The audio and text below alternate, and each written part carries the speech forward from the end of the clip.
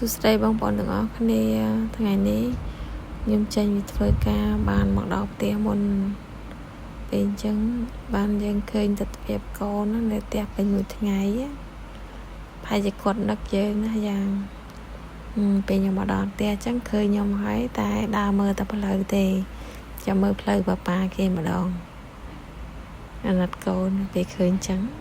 ពេលយើងចេញទៅធ្វើការមួយថ្ងៃពេញថ្ងៃហ្នឹងគឺមួយថ្ងៃពេញតម្រាំបានមកផ្ទះអត់បានមកទេពេលថ្ងៃមិនថាតែកូនទេតែខ្ញុំទៅធ្វើការពេញមួយថ្ងៃមិនបានមកផ្ទះហ្នឹងគឺមានអារម្មណ៍ថានឹកអើយនឹកកូនខ្លាំងហ្មងចឹងអត់ដែរបែកកូនទេតែណាក៏យកទៅតាមដែរសុខចិត្តបបាក់មិនក៏សុខចិត្តយកទៅដែរថ្ងៃប្រហែលថ្ងៃហ្នឹងគេបានជួបប៉ាគេពេញមួយថ្ងៃពេលបានឃើញប៉ាគេមកធ្វើការវិញសិតរត់ទៅទល់ទាំងបងទាំងប្អូន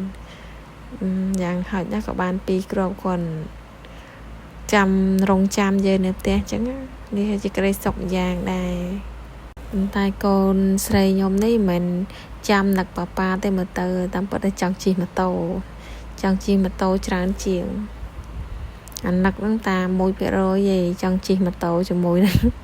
99% ពេលប៉ាគេឲ្យជិះយំយកហ្មង